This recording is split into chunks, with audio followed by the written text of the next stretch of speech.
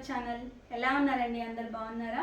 మనమైతే ప్రీవియస్ క్లాస్లో వేద నాగరికత, దాన్నే మనం ఆర్య నాగరికత అని కూడా అన్నాం కదా. సో దాని గురించి అయితే డిస్కషన్ చేసుకున్నాం. సరే, ఇప్పుడు వచ్చేసి జైన మతం, బౌద్ధ మతాల పుట్టుక అసలు ఎలా జరిగింది ఏంటి అనేది అయితే ఈ క్లాస్లో మనం చెప్పుకుందాము. నేను చెప్పే ప్రతి క్లాస్ కూడా మీరు నోట్స్ ప్రిపేర్ చేసుకోవాలి. బిగినర్స్ ఉంటే పాయింట్ వైజ్గా ప్రిపేర్ చేసుకోండి. నేను చెప్పే అన్నీ కూడా పాయింట్ వైజ్గానే ఉంటాయి. సో కాబట్టి మీరు పాయింట్ వైజ్గా నోట్స్ అయితే ప్రిపేర్ చేసుకోవచ్చు, మీకు ఈజీగా ఉంటుంది. సో అందుకనే నేను పాయింట్స్ వైజ్గా చెప్తున్నాను కాబట్టి మీరు పాయింట్స్ వైజ్గా రాసుకోవచ్చు. ఇప్పుడు వచ్చేసి ఈ జైన మతము, బౌద్ధ మతము, ఈ మతాలు అసలు ఎప్పుడు పుట్టాయి ఏంటి అనేది ఇప్పుడు మనం చూద్దాము. సో ఫస్ట్ వచ్చేసి అసలు మతాలు ఎప్పుడు పుట్టాయి అని అంటే క్రీస్తు పూర్వం 6వ శతాబ్దంలో ఈ మతాలు అనేవి అయితే పుట్టాయి. ఎన్ని పుట్టాయి మొత్తము అని అంటే 62 నూతన మతాలు అయితే పుట్టాయి అన్నమాట. అంతకుముందు వేద నాగరికత వరకు వాళ్ళకి ఒక మతం అంటూ లేదు. కానీ వేద నాగరికత తర్వాత 6వ శతాబ్దంలో, క్రీస్తు పూర్వం 6వ శతాబ్దంలో 62 నూతన మతాలు అయితే మన భారతదేశంలో అయితే ఉద్భవించాయి.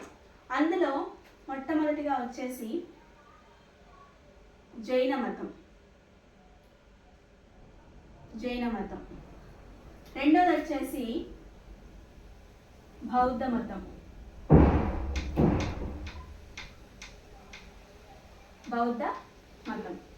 అయితే అసలు ఈ మతాలు ఎందుకు పుట్టాయి అని అంటే అప్పుడున్నటువంటి బ్రాహ్మణ ఆధిపత్యం వల్ల,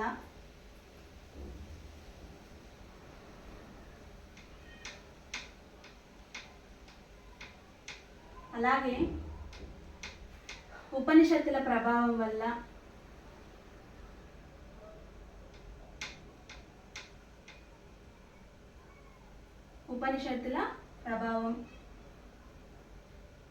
ఇనుము కనుగొనడం,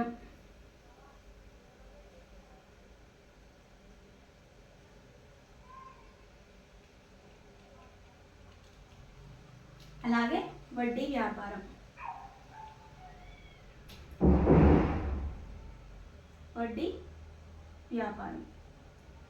సో వీటి వల్ల మనం భారతదేశంలో అయితే ఈ మతాలు పుట్టడానికి ఒక కారణం అయితే ఇవి అయ్యాయి.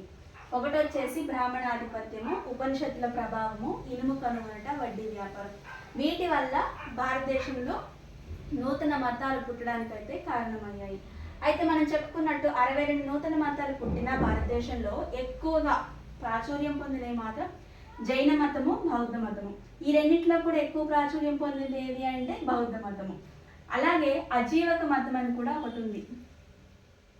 అజీవక మతం, దీనిని మక్కలి గోశాల స్థాపించాడు. మక్కలి గోశాల అనే వ్యక్తి స్థాపించాడు. అయితే ఈ రెండిట్లో బాగా ప్రాచుర్యం పొందింది బౌద్ధ మతము. అయితే ఈ జైన మతం గురించి మనం ఫస్ట్ చెప్పుకుందాము. ప్రపంచవ్యాప్తంగా బౌద్ధ మతం అనేది ఎక్కువ ప్రాచుర్యంలో ఉంది. కానీ జైన మతం అనేది భారతదేశంలో కొన్ని సంవత్సరాల పాటు మాత్రమే ప్రాచుర్యంలో ఉందన్నమాట. ఇప్పటికీ ప్రపంచవ్యాప్తంగా బౌద్ధ మతాన్ని అవలంబిస్తున్నారు కాబట్టి ఇది ఎక్కువగా ప్రచారంలో ఉందన్నమాట. అయితే ఈ జైన మతంలో మొదటి తీర్థంకరుడు ఎవరు అని అంటే మొదటి తీర్థంకరుడు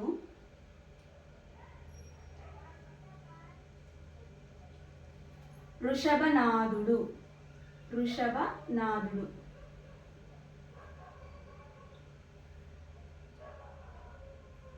లేకపోతే వృషభనాథుడు అని కూడా అంటారు.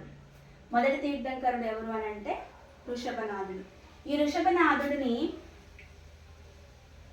మన పురాణాలు, విష్ణు పురాణం కానీ భాగవత పురాణం కానీ నారాయణుడి అవతారంగా అయితే పేర్కొన్నాయి.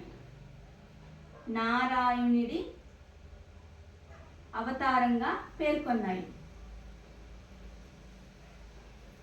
నారాయణ అవతారంగా అయితే ఈ ఋషభనాథుడిని పేర్కొన్నాయి. ఈ ఋషభనాథుడి యొక్క చిహ్నం వచ్చేసి ఎద్దు. ఈ ఋషభనాథుడి యొక్క చిహ్నం వచ్చేసి ఎద్దు. ఇతను జైన మతానికి స్థాపకుడు. మామూలుగా ఇతను మొదటి తీర్థంకరుడు. అలాగే 22వ తీర్థంకరుడు వచ్చేసి అరిస్టనామి.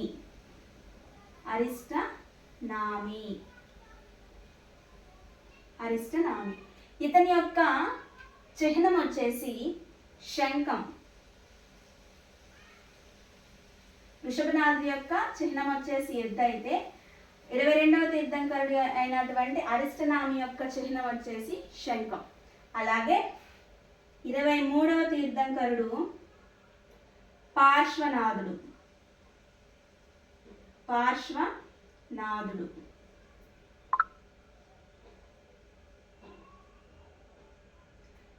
మూడవ తీర్థంకరుడు వచ్చేసి పార్శ్వనాథుడు.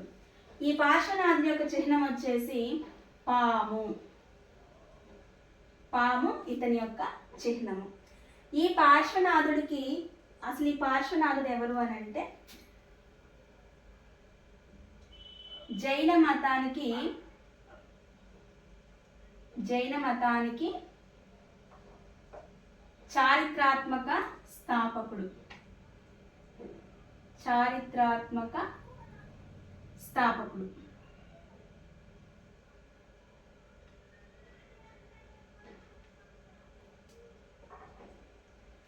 మళ్ళీ ఒకసారి చూడండి. క్రీస్తు పూర్వం 6వ శతాబ్దంలో 62 నూతన మతాలు అయితే పుట్టాయి. అందులో మన భారతదేశంలో బాగా ప్రాచుర్యం పొందింది జైన మతము, బౌద్ధ మతము.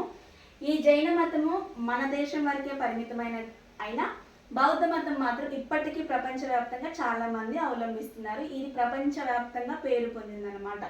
అయితే అసలు ఈ మతాలు పుట్టడానికి కారణం ఏంటి అని అంటే బ్రాహ్మణ ఆధిపత్యము, ఉపనిషత్తుల ప్రభావము, ఇనుము కనుగొనటము, వడ్డీ వ్యాపారం, ఇలాంటివన్నీ రీజన్స్ వల్ల కొత్తగా నూతన మతాలు అయితే పుట్టాయన్నమాట. అయితే ఈ జైన మతం యొక్క చరిత్ర తెలుసుకుంటే మనం ఈ జైన మతానికి మొదటి తీర్థంకరుడు ఎవరు అని అంటే వృషభనాథుడు. ఇతని యొక్క చిహ్నం ఏంటి అని అంటే ఎద్దు. ఇతని యొక్క చిహ్నం వచ్చేసి ఎద్దు అనమాట. ఇతన్ని నారాయణి అవతారంగా పేర్కొన్న పురాణాలు ఏంటి అని అంటే విష్ణు పురాణము, అలాగే భాగవత పురాణము. ఈ పురాణాలు నారాయణి అవతారంగా వృషభనాథుని అయితే పేర్కొన్నాయి. అలాగే 22వ తీర్థంకరుడు ఎవరు అని అంటే అరిస్టనామి. ఇతని యొక్క చిహ్నం ఏంటి అంటే శంఖము. 23వ తీర్థంకరుడు ఎవరంటే పార్శ్వనాథుడు. ఇతని యొక్క చిహ్నం వచ్చేసి పాము. ఇతను జైన మతానికి చారిత్రాత్మక స్థాపకుడిగా అయితే పేర్కొంటారనమాట. అయితే ఈ పార్శ్వనాథుడు ఎవరు అని అంటే కాశీ రాజైనటువంటి అశ్వసేనుడు రాణి వామల యొక్క కుమారుడే పార్శ్వనాథుడు. ఈ పార్శ్వనాథుడి యొక్క తల్లిదండ్రులు ఎవరు అని అంటే కాశీ రాజైనటువంటి అశ్వసేనుడు,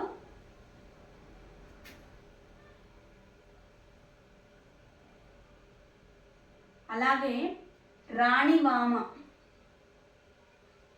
రాణివామ యొక్క కుమారుడు ఈ పార్శ్వనాథుడు.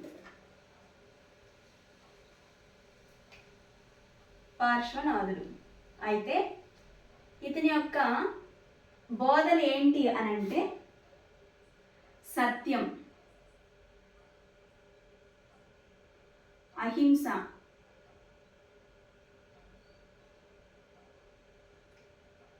ఆస్తేయం,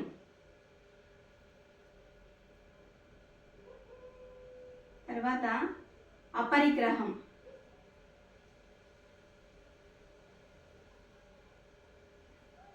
ఈ 4 కూడా పార్శ్వనాథుని యొక్క సూత్రాలు అంటే ఆయన బోధలు అన్నమాట. సత్యం అని అంటే సత్యాన్నే పలకాలి, అహింస అంటే జీవహింస చేయరాదు, ఆస్తేయము అని అంటే దొంగతనం చేయకూడదు, అపరిగ్రహము అని అంటే ఈ భావబంధాల నుంచి విముక్తి పొందడం అన్నమాట. ఈ 4 కూడా పార్శ్వనాథు యొక్క సూత్రాలు. ఈ నాలుగు కూడా పార్శ్వనాథుడి యొక్క బోధలు. అయితే దీనికి ఇంకొక సూత్రాన్ని కూడా జోడించారు. అదే బ్రహ్మచర్యం.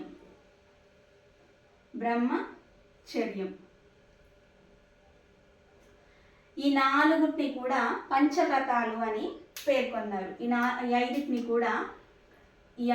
కూడా పంచవ్రతాలు అని చెప్పేసి పేర్కొన్నారు.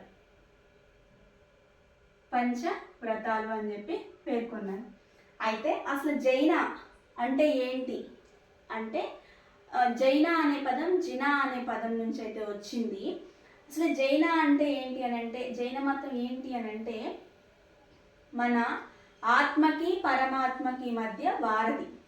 ఆత్మకి పరమాత్మకి మధ్య ఉండేవారు ఈ తీర్థంకరులు అనమాట. ఆత్మకి పరమాత్మకి మధ్య ఒక వారధి ఈ జైన మతం అని చెప్పేసి వాళ్ళు నమ్ముతారు. అయితే ఈ బ్రహ్మచర్యము అనే సూత్రం, ఈ 4కి ఈ బ్రహ్మచర్యం అనే సూత్రం జోడించింది ఎవరు అని అంటే వర్ధమాన మహావీరుడు.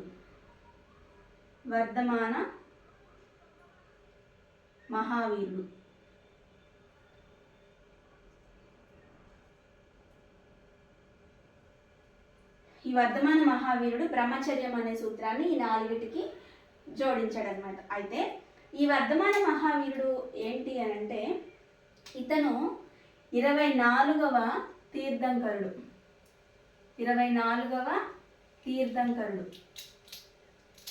అయితే ఈ జైన మతంలో మొత్తం కూడా 24 మంది తీర్థంకరులు ఉన్నారు. వారిలో చివరి వాడెవరు అని అంటే వర్ధమాన మహావీరుడు. ఈ వర్ధమాన మహావీరుడు యొక్క తండ్రి సిద్ధార్థుడు, అలాగే తల్లి త్రిశాల, అలాగే భార్య యశోద, కుమార్తె ప్రియదర్శి,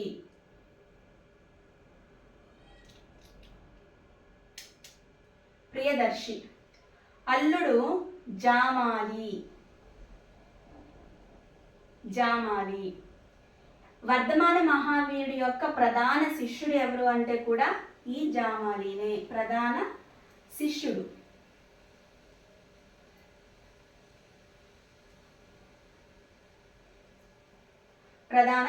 జామాలి. అయితే ఇతని యొక్క గ్రామం ఏంటి అని అంటే కుంద గ్రామం. తెగ వచ్చేసి జ్ఞాత్రిక తెగ. ఇతని గోత్రం వచ్చేసి కశ్యప గోత్రము. అలాగే ఇతను వర్ధమాన మహావీరుడు తన 30వ ఏట మక్కలి కోసాలతో కలిసి 6 సంవత్సరాలు ఉండి జ్ఞానోదయం కోసం ప్రయత్నం చేశాడు. అయితే ఆ ప్రయత్నం అనేది విఫలమైన తర్వాత మక్కలి గోసాలకి వర్ధమాన మహావీరుడికి మధ్య గొడవలు రావడం వల్ల, విభేదాలు రావడం వల్ల మక్కలి గోసాలతో వర్ధమాన మహావీరుడు విడిపోయి తను 42వ ఏట జ్ఞానోదయం కోసం బయటకు వచ్చాడు. అప్పుడు ఏ చెట్టు కింద తనకి జ్ఞానోదయం అయింది అని అంటే సాల వృక్షం కింద జ్ఞానోదయం అయింది. ఈ సాల వృక్షం కింద జ్ఞానోదయం అయింది. ఎన్నవ ఏట అంటే 42వ ఏట. మరి ఈ సాల వృక్షం ఎక్కడుంది అంటే రిజుపాలక నది ఒడ్డున ఉంది. ఈ రిజుపాలక నది ఏ గ్రామంలో ఉంది అని అంటే జుంబ్రికా గ్రామంలో ఈ రిజుపాలక నది ఉంది. ఈ రిజుపాలక నది ఒడ్డున సాలవృక్షం ఉంది. ఆ సాలవృక్షం కింద వర్ధమాన మహావీరుడికి జ్ఞానోదయం అయ్యింది. అయితే ఈ సాలవృక్షం కింద వర్ధమాన మహావీరుడికి ఎన్నవ ఏట జ్ఞానోదయం అయిందంటే 42వ ఏట జ్ఞానోదయం అంది. సాలవృక్షం కింద రిజుపాలక నది ఒడ్డున జుంబికా గ్రామంలో. అయితే ఈ వర్ధమాన మహావీరుడికి అందుకనే ఇతడు ధైర్యంగా ఉంటాడు కాబట్టి ఇతనికి అర్హంత్ అనే బిరుదైతే వచ్చింది. అర్హంత్, జినుడు లేదా అర్హంత్ అనే బిరుదు వచ్చింది. జినుడు.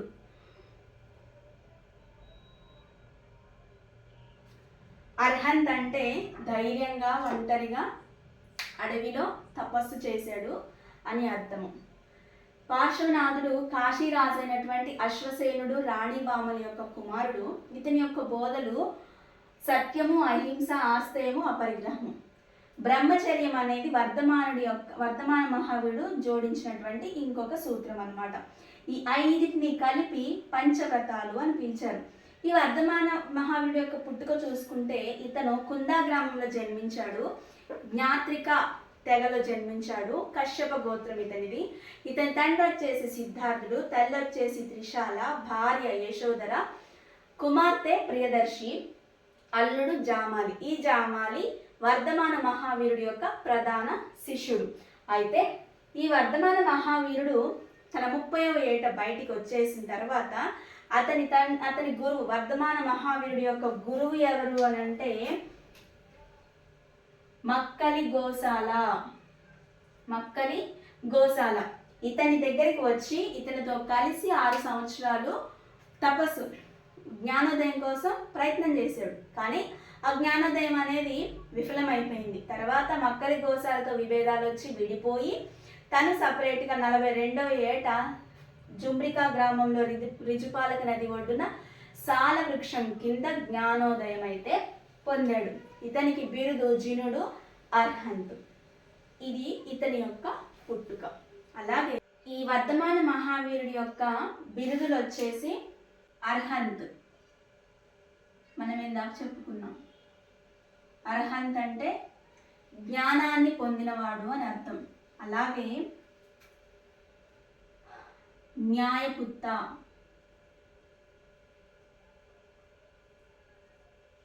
సారిపుత్త,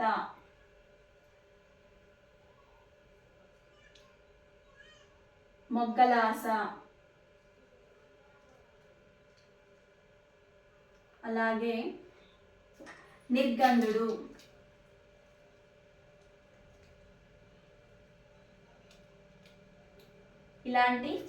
ఇలాంటి బిరుదులైతే అతనికి ఉన్నాయన్నమాట. నిర్గంధుడు అంటే భవబంధాల నుంచి విముక్తి పొందినవాడు. అలాగే మహావీరుడు అని అంటే అడవిలో ఒంటరిగా తపస్సు చేశాడు ధైర్యంగా, కాబట్టి మహావీరుడు అనే బిరుదు కూడా ఉంది. నిర్గంధుడు అంటే భవబంధాల నుంచి విముక్తి పొందినవాడు, విముక్తింపజేసేవాడు అని అర్థము. అయితే ఈ వర్ధమాన మహావీరుడి యొక్క ప్రధాన శిష్యుడు వచ్చేసి జామాలి అని చెప్పుకున్నాము. అసలు ఈ జైన మతం యొక్క ఎయిమ్ ఏంటి అని అంటే, ఈ జైన మతం యొక్క ఎయిమ్ వచ్చేసి, అంతిమ లక్ష్యం వచ్చేసి కేవలాస్త.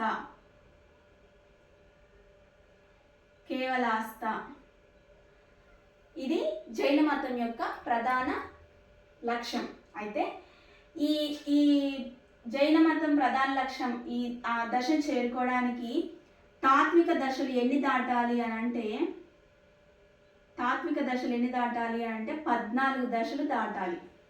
ఈ 14 దశలు దాటిన తర్వాత చివరికి కేవలాస్త అనే దశలోనికి వెళ్తారు. అయితే వర్ధమాన మహావీరుడి యొక్క ఈ జైన మతం యొక్క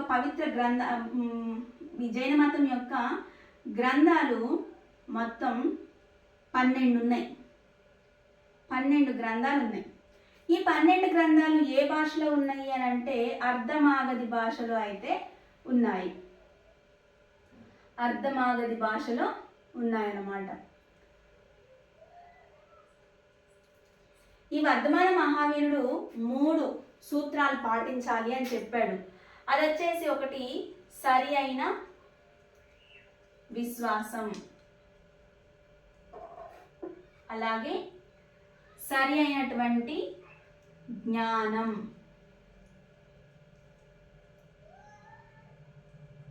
అలాగే సరైనటువంటి క్రియ.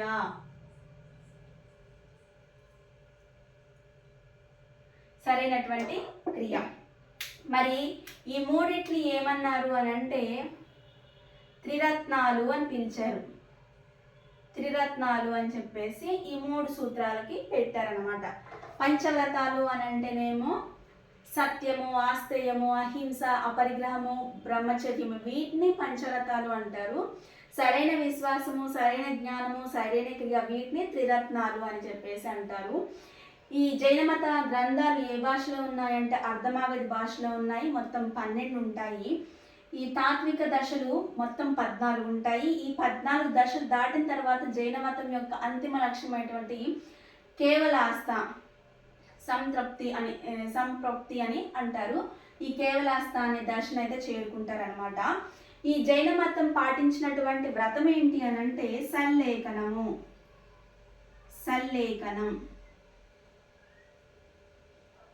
ఈ సల్లేఖనం అనేది మరణించడం అనమాట. అంటే శరీరాన్ని శుష్కింపజేసి చివరికి మరణించడం అనేది ఈ సల్లేఖన వ్రతం యొక్క లక్ష్యం అన్నమాట. అయితే ఈ వర్ధమాన మహావీరుడు ఈ సల్లేఖన ఈ వ్రతాన్ని అయితే ఆచరించారు. ఈ సల్లేఖనం అనే వ్రతాన్ని ఆచరించి చనిపోయిన వారు ఎవరైనా ఉన్నారా అని అంటే ఉన్నారు. ఎవరున్నారు అని అంటే చంద్రగుప్త మౌర్య 1, చంద్రగుప్త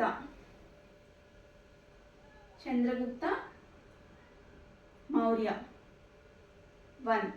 అలాగే ఇది దేని ప్రకారం ఇది చెప్తున్నాం సల్లేఖనం పాటించి చనిపోయాడు అంటే పరిశిష్ట పర్వం ప్రకారం పరిశిష్ట పర్వం ప్రకారం మనం ఈ చంద్రగుప్త మౌర్య 1 అనే అతను ఆ రాజు చనిపోయాడని చెప్తుంది పరిశిష్ట పర్వం. అలాగే రాష్ట్రకూట రాజు 3వ రాష్ట్రకూట రాజు కూడా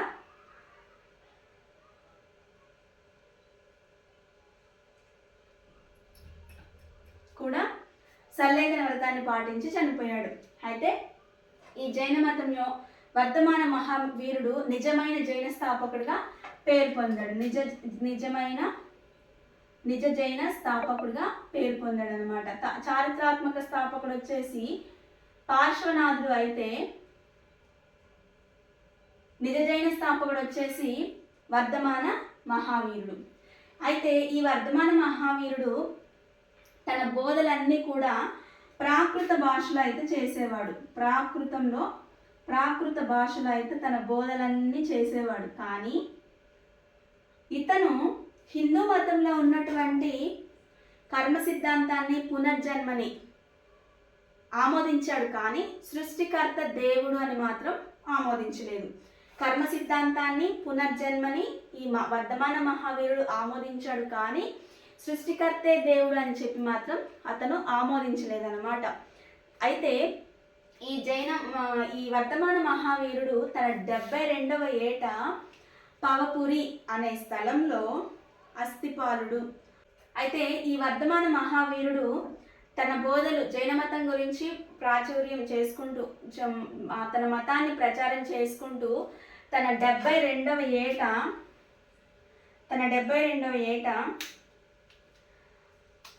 మల్లదక్షిణ అనే దగ్గర పవపురి అనే గ్రామం, కమండల్ గ్రామం అంటారు. పవపురి అనే స్థలంలో అస్థిపాలుడు అనే రాజు ఇంట్లో 72వ ఏట అస్థిపాలుడు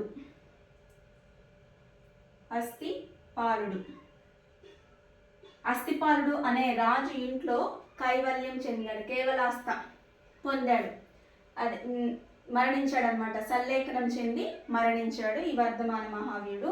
ఎన్నవ ఏట అంటే 72వ ఏట అస్థిపాలుని అనే రాజు ఇంట్లో, పవపురి అనే స్థలంలో అస్థిపాలుడి ఇంట్లో సల్లేఖనం వ్రతం ద్వారా మరణించడం జరిగింది. ఇతను మరణించే నాటికి ఇతని యొక్క అనుచరులు వచ్చేసి 14,08,000 మంది ఇతని యొక్క అనుచరులుగా పేర్కొంటున్నారు. 14,08,000 మంది ఇతను చనిపోయే నాటికి 14,08,000 మంది వర్ధమాన మహావీరుడి యొక్క అనుచరులు.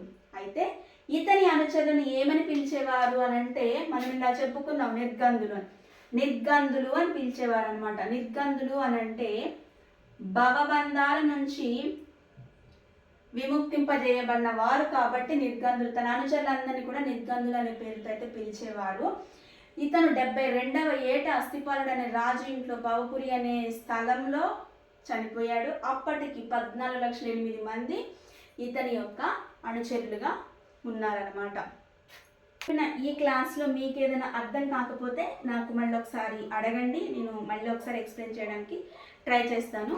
అలాగే మన క్లాసెస్ని ఇంకా ఎవరైనా ఫాలో అవ్వకపోతే తప్పకుండా ఫాలో అవ్వండి. మీకు బేసిక్ నాలెడ్జ్ చెప్పడం కోసం అని చెప్పేసి చాలామంది బిగినర్స్ బేసిక్ నాలెడ్జ్ లేదు అంటున్నారు, కాబట్టి ఈ క్లాసెస్ అయితే చెప్పడం జరుగుతుంది.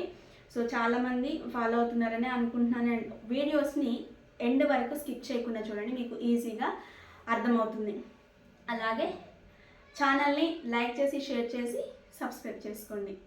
Thank you for watching.